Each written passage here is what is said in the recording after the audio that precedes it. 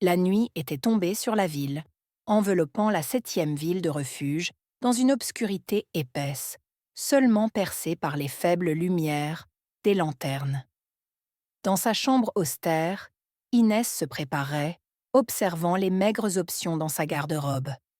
Rien qui puisse véritablement la mettre en valeur, juste une tenue simple qui lui allait sans plus. Pas de boîte à maquillage, pas de rouge à lèvres pour masquer ses angoisses sous un masque de séduction, comme elle en avait l'habitude. Mais Inès n'avait pas besoin de tout cela ce soir. Elle avait ses mots, sa tête, et encore quelques tours dans son sac.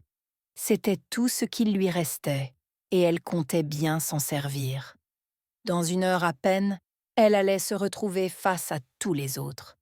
Elle allait parler, dévoiler une part d'elle-même qu'elle n'avait jamais confiée à personne. Ce qu'elle avait fait, les vies qu'elle avait brisées. Elle serait à la fois l'accusée et sa propre défense, car ici, il n'y avait ni juge ni avocat. Seulement la vérité nue. Un frisson la parcourut, mais ce n'était pas la peur. Non, Inès était prête, prête à manipuler, à jouer avec leurs esprits, comme elle l'avait toujours fait. À minuit, la cloche résonna dans la nuit, un son lourd et glaçant. Inès sut que l'heure était venue. Son cœur battait à tout rompre lorsqu'elle entendit frapper à sa porte. Elle l'ouvrit aussitôt et se retrouva face à l'homme à la tête rasée, silencieux, impassible. Sans un mot, elle le suivit à travers les couloirs sombres jusqu'à une salle où les autres réfugiés étaient déjà installés, tous aussi tendus qu'elle. Elle prit place, le silence pesait, presque suffocant. Puis, le sacrificateur apparut, sa silhouette noire se fondant dans l'obscurité. Il s'avança lentement et, d'une voix grave, brisa enfin le silence. Comme vous le savez, commença-t-il, chacun d'entre vous est ici pour échapper à une condamnation certaine. Vos crimes vous suivent, mais ici, personne ne vous jugera. Seule la vérité décidera de votre sort. Plus vous mentirez, plus vous vous enfoncerez dans votre propre condamnation. Et cette fois, ce sera définitif. Il n'y aura plus de refuge. Le poids de ces mots flottait dans l'air, oppressant. Inès sentit son cœur s'accélérer davantage. L'heure de vérité approchait. L'homme en noir se tourna vers Inès et l'invita d'un geste silencieux à prendre la parole. Elle se leva, le souffle court, sentant les regards peser sur elle. Après une brève hésitation, elle commença. Je m'appelle Inès, j'ai 24 ans et je suis étudiante en dernière année de psychologie. J'ai éliminé des hommes, certains pour assouvir leurs fantasmes sexuels, d'autres pour des vices bien plus sombres et pernicieux. Pourquoi ai-je agi ainsi? Je vous demande de m'accorder votre attention, car il est crucial de comprendre les raisons profondes qui m'ont poussé à commettre ces actes inacceptables. Ma vie a toujours été plutôt simple, ordinaire même. Entourée de ma famille, de mes amis, mes études se passaient bien. Rien ne semblait pouvoir troubler cette tranquillité. Jusqu'à ce jour où tout a basculé. Sa voix se fit plus grave, ses yeux se perdirent un instant dans le vide, revivant ce moment. Un matin, en plein milieu d'un cours, j'ai perdu connaissance. Je me suis réveillée aux urgences, entourée de médecins qui murmuraient des choses que je n'arrivais pas à comprendre. Et puis le diagnostic est tombé, comme un coup de tonnerre. Insuffisance cardiaque sévère. Mon cœur me trahissait, et il ne me restait que peu de temps. Sa voix trembla légèrement à ce moment-là. J'avais besoin d'une greffe de cœur. Rapidement, sinon, c'était la fin. C'est là que tout a commencé à changer. Inès reprit, sa voix un peu plus brisée sous le poids de ses souvenirs. L'intervention coûtait une somme faramineuse. Une somme que mes parents n'avaient pas. Mon père a tout sacrifié pour moi. Il avait hypothéqué la maison, vendu sa voiture et vidé notre maison de tout ce qui avait de la valeur. Chaque centime était destiné à cette opération qui, seule, pouvait me sauver. Mais ce n'était pas là le vrai problème. Même avec l'argent, il restait une question à laquelle personne ne pouvait répondre. Où trouver un donneur? Où trouver un cœur pour remplacer le mien? Ce n'était plus qu'une course contre la montre, une course contre la mort. Chaque battement de mon cœur défaillant me rapprochait un peu plus de la fin. Inès poursuivit, sa voix tremblante mais déterminée. Le médecin nous avait prévenu que l'attente pourrait être longue, et nous étions prêts à affronter cette incertitude. Mais, contre toute attente, un incendie s'était déclaré à l'église Saint-Georges, causant plusieurs victimes. 3 jours seulement après ma crise, un homme grièvement blessé avait été conduit aux urgences. Et, comme par miracle, un cœur est devenu disponible pour moi. À ces mots, un frisson parcourut David. L'évocation de l'incendie de Saint-Georges ravivait en lui des souvenirs qu'il cherchait désespérément à oublier, notamment cette nuit tragique où il avait tué 3 hommes pour la femme qu'il aimait. Je ne sais pas comment les médecins ont décidé, après un comité d'experts, de le débrancher pour me donner son cœur. C'était un choix qui, à mes yeux, semblait à la fois inacceptable et salvateur. Et pourtant, ils l'ont fait. Moins d'1 jour après son arrivée à l'hôpital, j'étais sur la table d'opération, prête à recevoir le cœur d'un homme que je n'avais jamais connu. Julie se figea un instant, replongeant dans les souvenirs de cet événement marquant. Julie, assise là, écoutant la confession, se remémorait l'intervention de greffe de cœur à laquelle elle avait assisté. Son collègue cardiologue l'avait conviée lorsque des complications étaient survenues pendant l'opération. Forte de son expérience en chirurgie, elle avait contribué à la greffe de ce cœur. Inès ferma les yeux un instant, se concentrant sur les émotions qui l'assaillaient. C'est à ce moment-là que ma vie a basculé. J'avais obtenu une seconde chance. Mais à quel prix? N'oubliez pas d'aimer, de commenter et de vous abonner si cela n'est pas encore été fait pour ne rien manquer des prochaines révélations. Inès poursuivit, sa voix empreinte de mélancolie. Depuis ce jour, je ne suis plus l'Inès de mon enfance. Je suis devenue une autre personne. Après l'opération, j'ai récupéré bien plus vite que ce que prédisait mon cardiologue. Il était subjugué par la rapidité de ma guérison. Quand je suis enfin rentrée chez moi, un choc m'attendait. La misère s'était installée. Plus de meubles, plus de lits, ni de matelas. Tout avait été vendu pour payer les frais de l'hôpital. Mon père cumulait les heures de travail et ma mère, en plus de son emploi dans un restaurant, travaillait la nuit comme serveuse dans un bar pour subvenir aux besoins de mes sœurs et payer les médicaments dont j'avais besoin. Inès baissa les yeux, triste de voir ce que cette maladie avait causé à sa famille. J'étais profondément touchée par la détresse que ma maladie avait infligée à mes proches. Je savais que je devais finir mes études pour espérer trouver un emploi rémunérateur. Je n'étais pas prête à travailler pendant ma convalescence, et mes parents ne voulaient pas prendre le risque de me voir replonger dans un état de faiblesse. J'avais donc décidé de reprendre les cours au plus vite, déterminée à redonner à ma famille une vie meilleure. J'ai repris ma scolarité avec tristesse. Je suis devenue un véritable rat de bibliothèque. Cette situation désastreuse m'avait poussée à exceller dans mon travail.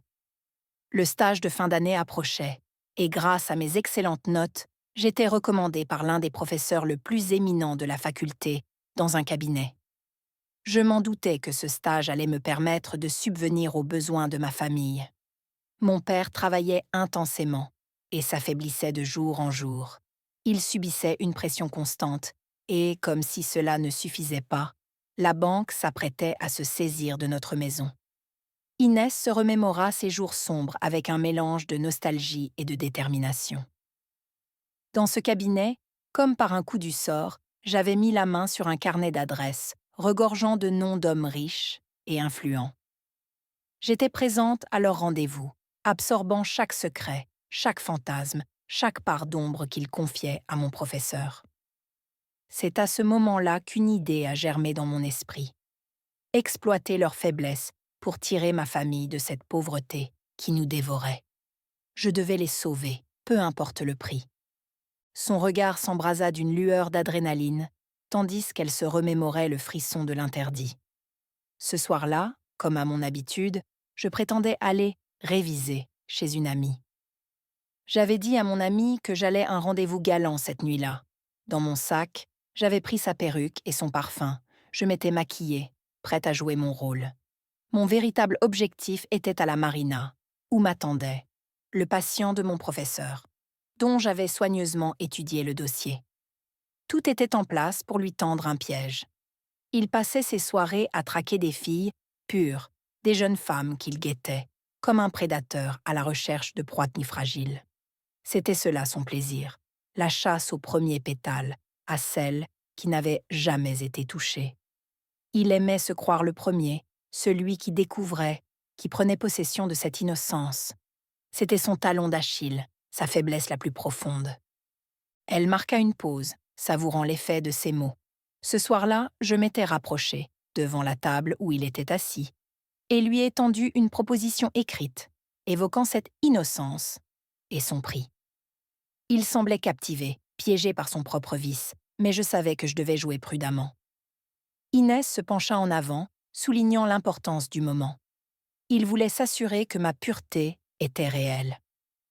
Je lui ai demandé de me montrer les 5 000 € qu'il m'avait promis avant de lui permettre de s'approcher de cette fleur si précieuse. Il accepta, se dirigea vers le distributeur et revint avec l'enveloppe qu'il déposa sur la table. Ensuite, je lui ai demandé « C'est où et quand ?» C'était le début d'un jeu mortel, une danse sur le fil du rasoir, et je ne savais pas encore jusqu'où cela allait me mener. Inès poursuivit son récit, chaque mot accentuant le poids de son dilemme. Il me demanda de le suivre dans sa voiture. Nous avons pris place à l'arrière, et un silence pesant s'installa entre nous.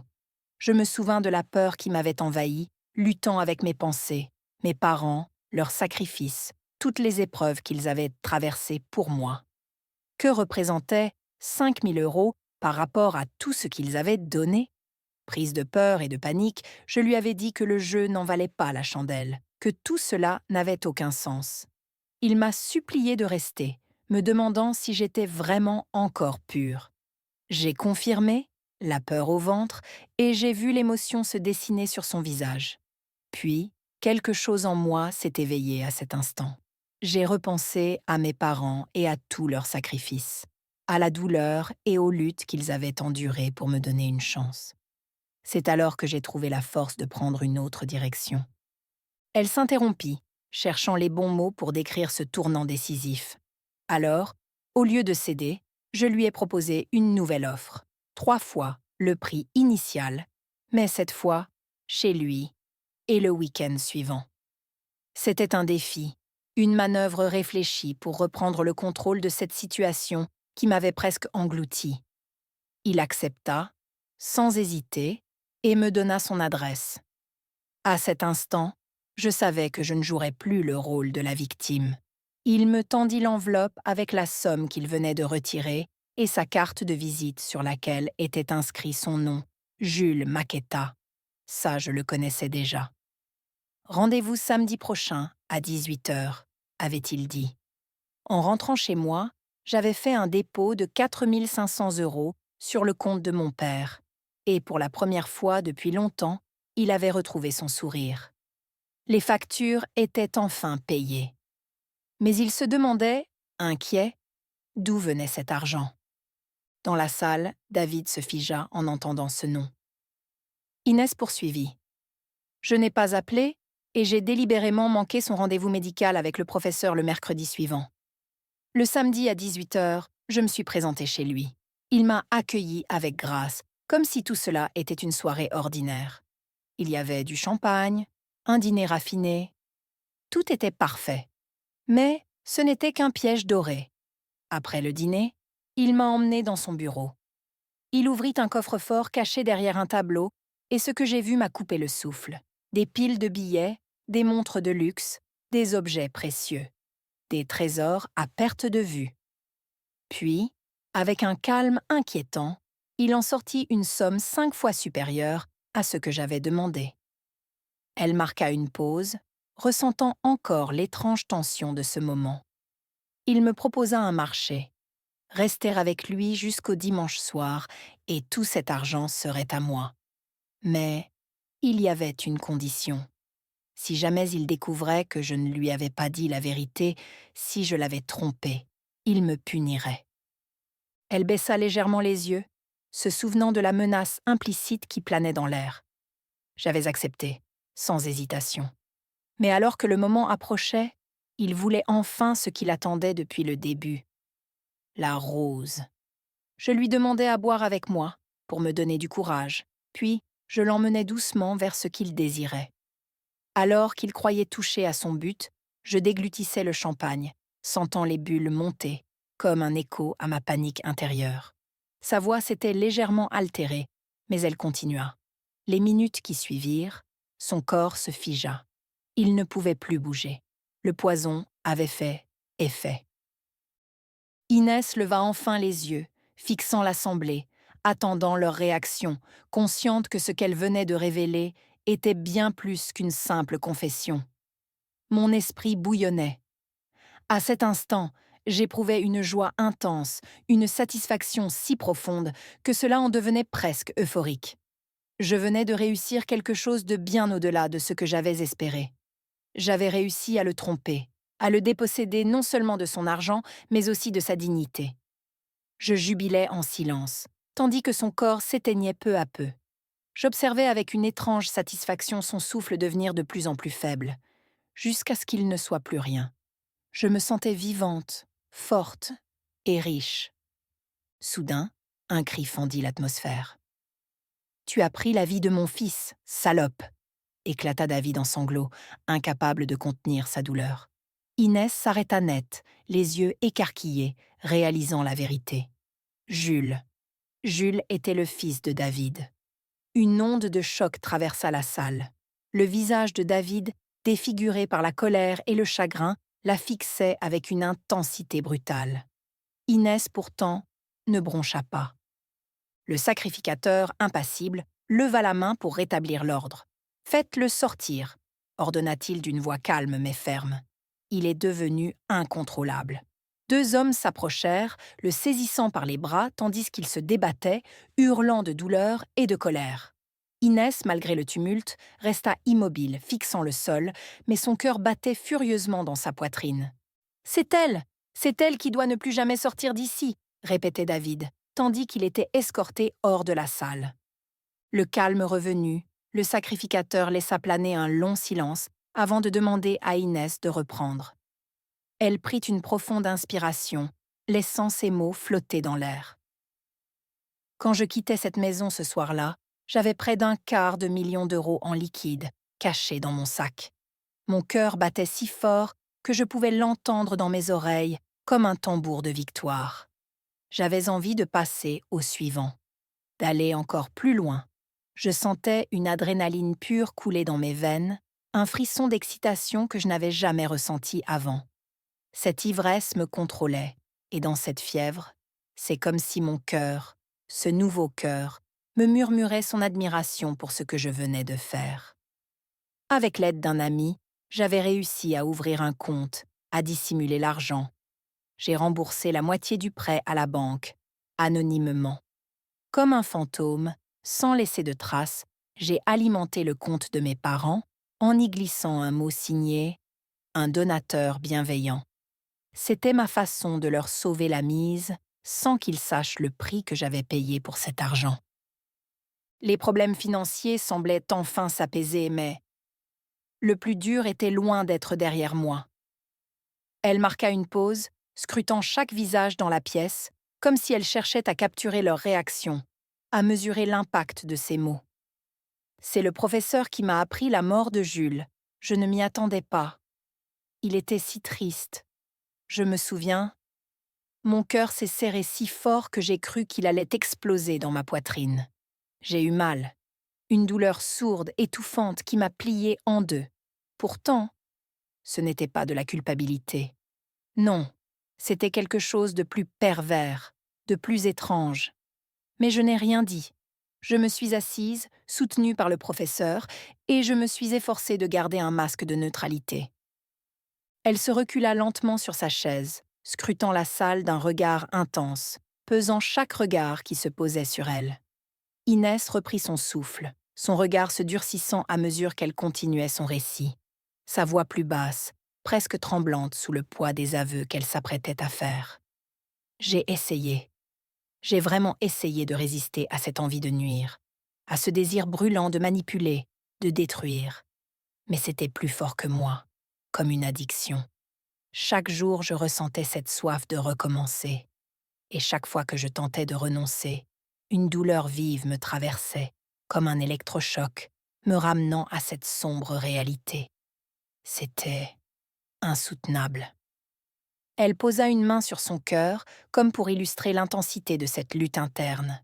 Elle finit par éclater en sanglots. Mon esprit voulait fuir, renoncer à ces actes ignobles, mais mon cœur, lui, mon cœur ne m'obéissait plus. C'était comme s'il me commandait de continuer, de céder à cette tentation malsaine, de plonger encore plus profondément dans l'obscurité. Et à chaque fois que je tentais de m'en détourner, la douleur me rappelait à l'ordre. Inès releva lentement la tête, son visage baigné dans l'ombre, alors que les autres réfugiés la fixaient, figés par l'horreur de ses confessions. L'un après l'autre. Je les ai tous éliminés sans pitié, murmura-t-elle, sa voix basse mais tranchante comme une lame. Ces hommes, ces âmes perdues que j'ai attirées dans ma toile. J'ai commencé à garder des trophées de leur corps, un doigt, une oreille, quelque chose pour me souvenir de chaque victime, pour graver ces crimes dans ma chair, dans mon esprit. La police a enquêté, bien sûr, poursuivit-elle. Ils sont remontés au cabinet du professeur. Toutes les victimes étaient ses patients. Ils nous ont tous interrogés, les uns après les autres. Mais malgré mes précautions, ils m'ont retrouvé. La maison de Jules Maqueta avait des caméras de sécurité. Malgré mon déguisement, ils ont réussi à m'identifier. Le jour de mon arrestation, je savais que je ne m'en sortirais pas. Quand j'ai vu la voiture de police se garer devant notre maison, mon instinct de survie a pris le dessus. J'ai fui. Courir était la seule chose à faire. Mais au fond, j'aurais préféré mourir cette nuit-là, après ma crise. J'aurais aimé ne jamais recevoir ce cœur qui m'a transformée en ce monstre que je suis devenue. Si je pouvais l'arracher de ma poitrine, je le ferais sans la moindre hésitation. La mort, souffla Inès, la voix empreinte de tristesse et de remords. Peut-être que c'est le prix que je dois payer pour ces vies que j'ai prises froidement. La mort pourrait être la seule rédemption qu'il me reste. Mais jusqu'à ce jour, je continue à survivre, instinctivement, même si je ne le mérite pas. Inès releva la tête, ses yeux brûlants d'une intensité presque désespérée. Elle avait raconté ses crimes, dévoilé ses horreurs, mais maintenant, sa voix tremblait légèrement, teintée d'une vulnérabilité qu'elle n'avait jamais montrée auparavant. Je sais ce que je suis devenue, ce que j'ai fait, et je sais que rien de ce que je dirai n'effacera les vies que j'ai brisées. Mais aujourd'hui, je veux autre chose. Je veux réparer. C'est peut-être trop tard pour me racheter aux yeux du monde, mais si je pouvais au moins sauver une seule vie, redonner un peu de lumière là où j'ai semé l'ombre, alors peut-être que ce cœur volé, pourrait servir à quelque chose de bien. Elle prit une profonde inspiration, sentant le poids de ses mots dans chaque battement de son cœur. Je ne demande pas pardon, parce que je sais que je ne le mérite pas. Mais je demande de l'aide. Aidez-moi à reconstruire, à ramasser les morceaux des vies que j'ai corrompues. Je veux changer. Je veux être autre chose que ce monstre que j'ai laissé grandir en moi. Si je peux encore faire une différence. Alors je vous en supplie, ne me laissez pas sombrer. Pas encore. Un long silence suivit ces paroles. Inès, malgré ses ténèbres, tendait la main vers une dernière chance de rédemption. Alors que le tumulte se dissipait lentement, le sacrificateur se redressa, balayant la salle du regard. « Mes chers pensionnaires, dit-il d'une voix profonde, je vous demande de vous retirer pour vous préparer à la prochaine confession.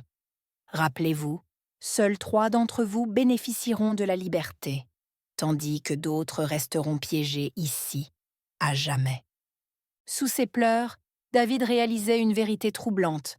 L'homme qu'il avait tué à l'église Saint-Georges, dans un accès de folie, vivait encore, d'une certaine manière, à travers Inès. La vie qu'il lui avait arrachée continuait de battre en elle, et cette pensée le hantait. Ce n'était plus seulement la culpabilité de son crime qui le tourmentait, mais l'idée que, quelque part, la vengeance avait commencé, une vengeance lente et silencieuse. Quant à Julie, la chirurgienne, les confidences du donneur avant sa mort lui revenaient à l'esprit. Ce cœur qu'elle avait greffé en pensant sauver une vie semblait désormais porteur de sombres secrets. Peu à peu, Julie commençait à déchiffrer les messages cachés dans les paroles de cet homme mourant, des secrets qu'elle avait jusque-là ignorés. Les pièces du puzzle s'assemblaient et la vérité qu'elle découvrait la glaçait. Merci d'avoir suivi cette confession troublante. N'oubliez pas d'aimer, de commenter et de vous abonner à notre chaîne pour ne rien manquer des prochaines révélations. Bienvenue dans notre communauté de réparateurs de brèches.